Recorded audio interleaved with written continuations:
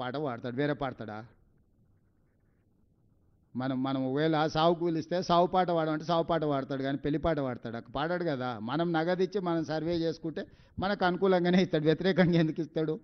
వాళ్ళు ఏదో నగదిచ్చారు, వాళ్ళు ఏదో చేసుకోరు, వాళ్ళ మీద చర్చ చేస్తూ నేను ఏ ఛానల్స్ని ఏ పేపర్లను ఎందుకు వేసిరని నేను అడగదలుచుకోలేదు. మీ ఇష్టం, మీ వ్యాపారం, మీ లాభం ఏది ఉంటే అదే చేసుకోరు. కాకపోతే 14 తారీఖు తర్వాత మీరు ప్రసారం చేసింది అక్కడ లేకపోతే మీరు ఏ విధంగా ఈ సమాజాన్ని ఎదుర్కొంటారో ఒక్కసారి అదొక్కటే ఆలోచన చేసుకోరు. రేపు సమాజాన్ని మీరు ఫేస్ చేయాలి కదా. నిజం నిప్పు లాంటిది 4వ పిల్లర్ ఏంటో చెప్తారు కదా. ఆ పిల్లర్ లేదు, 3 పిల్లర్లు ఉన్నాయి తెలంగాణలో అని చెప్తారా? నిప్పు కాస్త ఉప్పు అయింది, ఉప్పు కాస్త పప్పు అయిందని చెప్తారా? కాబట్టి దయచేసి కొన్ని పొలిటికల్ పార్టీ ఓన్డ్ మీడియా ఉంటుంది, అది మీడియా కింద మేము ఎప్పుడు చూస్తలేము. కరపత్రాల కిందనో పార్టీ కార్యకర్తల కిందనో ఇస్తాం. మనుషులుగా వాళ్ళను రిపోర్టర్ల అని మాకు విజిటింగ్ కార్డు ఇచ్చిన గౌరవిస్తున్న వ్యక్తులుగా వాళ్ళని రిపోర్టర్స్గా మేము ఎప్పుడు చూడం. కానీ న్యూట్రల్ జర్నలిజం చేసేవాళ్ళు చిన్న చిన్న ప్యాకేజీల దాంట్లో పోయి మాత్రం ఈ తప్పులు చేయబాకండి.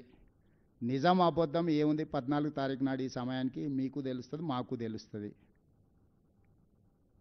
బీఆర్ఎస్ను ఓడించండి, బీజేపీ డిపాజిట్ను గల్లంతు చేయండి. ఇది ఒక్కటే నా విజ్ఞప్తి. ఈ రెండే వాళ్ళిద్దరికి శిక్ష. ఈ 10 ఏళ్ళు సర్వనాశనం చేసినందుకు వాళ్ళు ఓడాలి, వీడి డిపాజిట్ పోవాలి. శ్రీనివాస్ రెడ్డి గారు,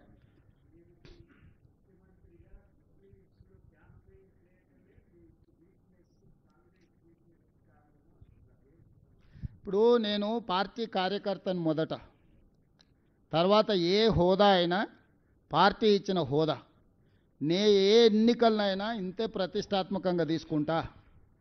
డిపాజిట్ రాని హుజూరాబాద్లో, ఓడిపోయిన హుజూర్ నగర్లో, నిలబడి ఓడిపోయిన నాగార్జున సాగర్లో, మునుగోడులో ఏ ఎన్నికల్లో అయినా కూడా ఇదే స్థాయిలో నేను ప్రచారం చేసిన. పార్టీ అభ్యర్థిగా చూడను, నేనే అభ్యర్థిగా అనుకుంటే ఏ ఎన్నికలనైనా నేను పార్టీ పట్ల కార్యకర్తల పట్ల నాకున్న చిత్తశుద్ధి. అంటే బాధ్యతారహితంగా ఫామ్ హౌస్లో అనుకుంటే గొప్పతనమా? కనీసం ఓటేయమని ఈ రోజు వరకు విజ్ఞప్తి చేయలే. కానీ కేటీఆర్ని నేను చెప్తుండు, తెలుగుదేశం సానుభూతి పరులు మాకేస్తారని.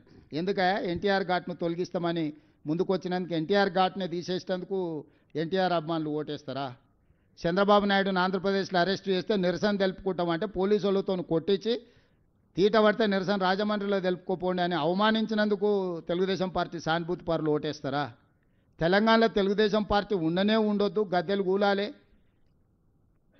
అని చెప్పి కూలగొట్టించినందుకు తెలుగుదేశం పార్టీ సానుభూతి పరులు ఓటేస్తారా? తెలుగుదేశం పార్టీ గురించి చంద్రశేఖరరావుకి ఎంత తెలుసో నాకు అంతే తెలుసు. ఇద్దరం అదే స్కూలు, అదే సిలబస్, కొత్తది ఏంది లేదు. ఆయన అవుట్డేటెడ్, నేను లేటెస్ట్, గింతే. తెలుగుదేశం కార్యకర్తలు ఏం ఆలోచన చేస్తారు, ఎప్పుడేం చేస్తారో మా ఇద్దరికి బాగా తెలుసు కదా, ఈ పిల్లకాకి తెలిసినా తెలియకపోయినా. కాబట్టి తెలుగుదేశం కార్యకర్తలకు సానుభూతి పరులకు నేను కూడా విజ్ఞప్తి చేస్తాను, ఒక్కసారి గుర్తు చేసుకోండి.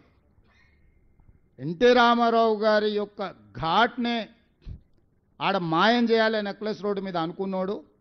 చంద్రబాబు నాయుడును అరెస్టు చేసినప్పుడు ప్రజాస్వామిక ప్రాథమిక హక్కు నిరసన తెలుపుకోవడానికి అవకాశం ఇవ్వనోడు ఈరోజు తెలుగుదేశం పార్టీ సానుభూతి ఓట్ల కోసం అర్రులు చేస్తుండంటే మీరు ఒకవేళ వాళ్ళని మర్చిపోయి క్షమిస్తే పాముకు పాలు పోసినట్టు కాదా? ఈ పాము మిమ్మల్నే కరుస్తుందా లేదా? మీరు ఒక్కసారి ఆలోచన చేయండి.